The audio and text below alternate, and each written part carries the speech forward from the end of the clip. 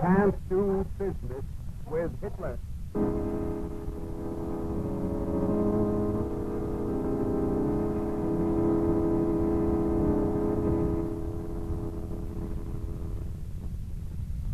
We are now at war.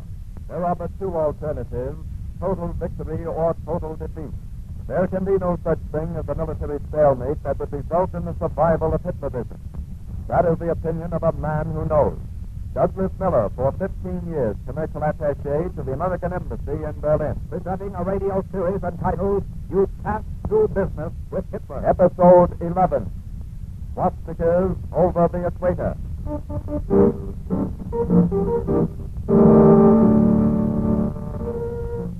Douglas Miller speaking. Today you hear a great deal of discussion about the possibilities of a German invasion force based on Dakar in Africa, crossing the relatively narrow strip of 1,800 miles of the Atlantic Ocean and attacking Brazil. We must be alert to this possibility, but we should be even more alert to the fact that Germany already has an army in South America. Unbelievable? Not at all. Take Mexico, for example. In the spring of 1940, Baron von Bacher of the German Gestapo arrived in Mexico City and was met by Arthur Dietrich, notorious Nazi fifth columnist. The two men then took an automobile and drove some miles out of Mexico City to a certain rural community where... I find our work a little different here than in Japan, Baron. You mean your work with the German residents? Yeah, it's basically with the German residents. Here isn't all Latin American countries. We Germans are concentrated in our own German community. Around strategic points. Strategic points, yeah. Army barracks, main highways, arsenals, railroads, oilways, etc.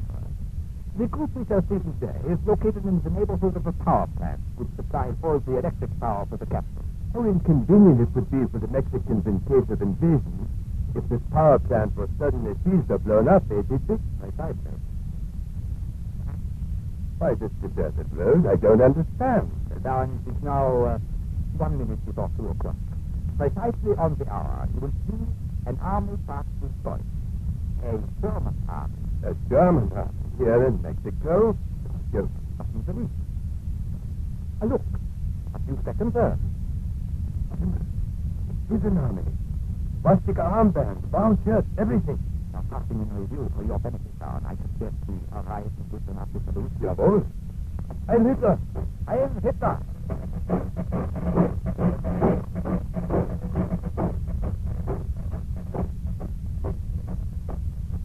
Wunderkind.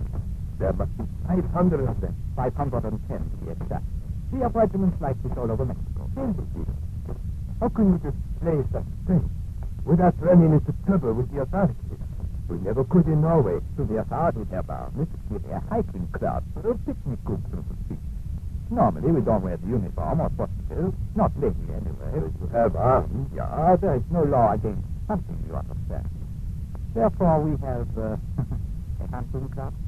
Very good. Very good. And who pays for all this? German businessmen here in Mexico. And your headquarters? Schoolhouses. We have our own German school here. Aha. What is the Nazi party called here? The Dance Group of Mexico.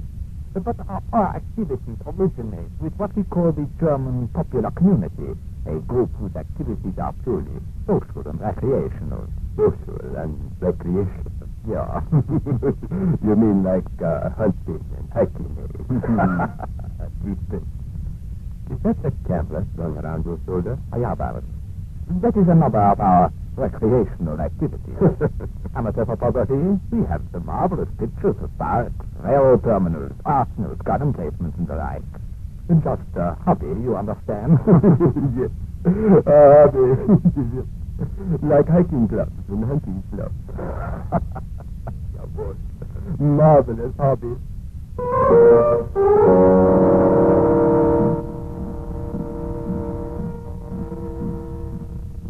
So you see, Germany has an army in Mexico, and the organization there is duplicated almost precisely in every country of South and Central America. You want proof? Read John Gunther's authoritative book, Inside Latin America. See pages 110, 111, and 112. Remember, there are millions of Germans living in South America. They have been there for years. In Brazil alone, there are 830,000 Germans. In the relatively little country of Paraguay, there are at least 18,000. Hitler has already made a number of attempts to seize control of various South American countries, attempts that many times came within a hairbreadth of succeeding. Consider the Nazi putsch in Bolivia.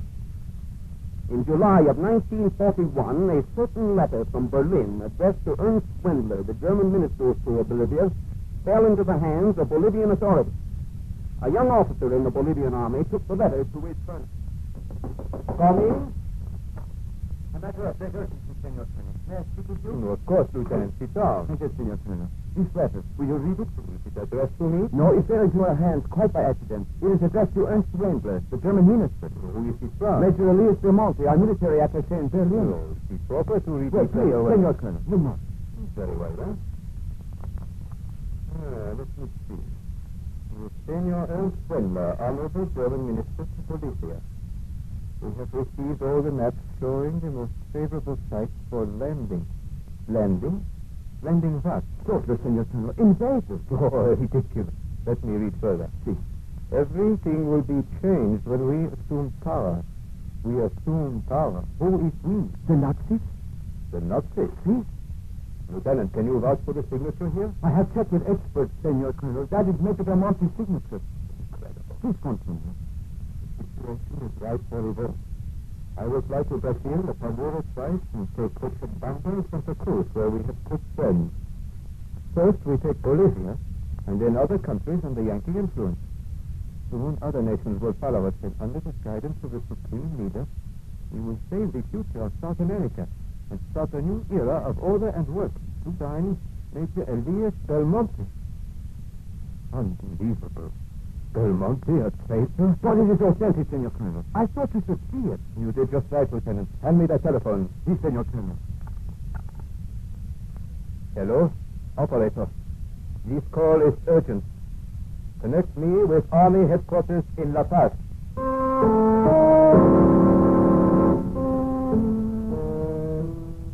Unbelievable, isn't it? But the letter you just heard is a word-for-word quotation. If you want to see the letter yourself in cold print, get a copy of the New York Times for July 24th, 1941. Turn to page 4. If the Bolivians hadn't luckily discovered the letter in time, the Nazis might very well have a puppet government in Bolivia today. And what about the Nazi-inspired revolt in Argentina? In the summer of 1940, at the waterfront in Buenos Aires, a number of longshoremen were unloading crates when... Hey, you, Manuel, take it easy on the steps. Don't drop those crates. Do not worry, Pedro. Manuel never dropped nothing. You better not. Those are fruit in that crate. Caramba, am I stupid? Do not I know it? Furthermore, those crates are for Schwartz, Meinhammer and Company. You know what those Germans are about the damaged fruit. For the last time, I tell you, shut up. I am not going to drop. Santa Maria, keep me up. I told you to be careful. Hey, caramba, Sita, I was careful, but I fell down the stairs. Did I put the stairs there? No. You do not blame me. Blame the hombre who put the step there. Manuel, you are fired. You are discharged. You're no longer employed. Look at that crate. Look at this smash. Look at those rifles all over the street. Those rifles with... Rifles? What are the rifles doing in this crate? Pedro, so you were wrong, eh? You cannot read, eh? You said they were fruit and... Santa Maria. Rifles. See. Rifles for Schwartz, Meinhammer and Company. Manuel, you know what I think we do? No, Pedro. What we do? I think we call the police.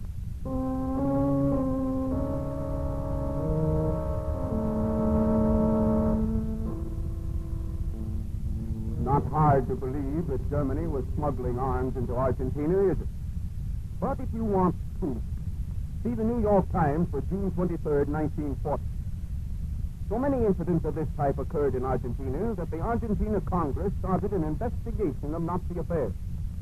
At the height of the investigation in September of 1941, The Argentina police and army suddenly swung into action to quell a Nazi-inspired revolt. Nazis were arrested. Airports were seized by government forces as a protective measure. The German ambassador, von Kerman, was accused of fostering the revolt.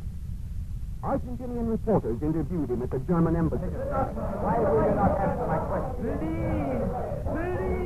Please, gentlemen, one at a time. Senor Thurman, is it true that there are some 60,000 German stormtroopers in Brazil? Of course, that's just ridiculous. What about the evidence collected by the government, Senor Thurman? The evidence consists only of false. Is it true, Senor Thurman, that the German embassy offered bribes to officers of the Argentina army? That is nothing but lying Yankee propaganda. So what about this plot to seize control of the government, Senor Thurman? Nonsense, there was no. How about the charge that your embassy spends 10 times as much money in Argentina as does the United States embassy? An absolute lie. But that's a fact easily proven. You must excuse me, please, gentlemen. I can't explain it. Please.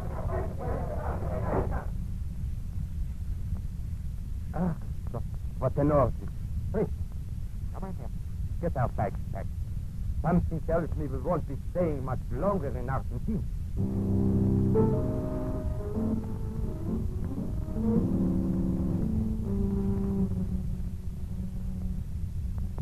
Baron von Thurman, the German ambassador, was really on the spot. 30 leading Germans were arrested.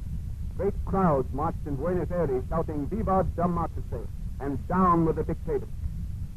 Said Raul de Monte Taborda, head of the Congressional Committee investigating anti-Argentina activities, "We have proof that 500,000 Nazi stormtroopers are organized throughout South America. 60,000 of them in Argentina alone." A complete account of how the Argentina government smashed the Nazi plot is in John Gunther's book, Inside Latin America. See page 310. We can be quite sure that most of the South American governments have taken steps to keep the German fifth columnists under control. But South America's first line of defense is the Atlantic Ocean, and the eastern front where the Soviets hold Hitler in check. That is why we must throw our full aid to Russia and England to keep Hitler bottled up on the continent of Europe. For if England and Russia fall, Hitler will turn his full attention to South America. What will happen then? The answer lies in the words of Adolf Hitler himself, as reported by Hermann Rauschnig on page 61 of his book, The Voice of Destruction. "We shall create a new Germany in South America. That continent calls for a capable master. With the treasures of its soil, Germany will be rich and great. There we shall find everything we need." You can't do business with Hitler.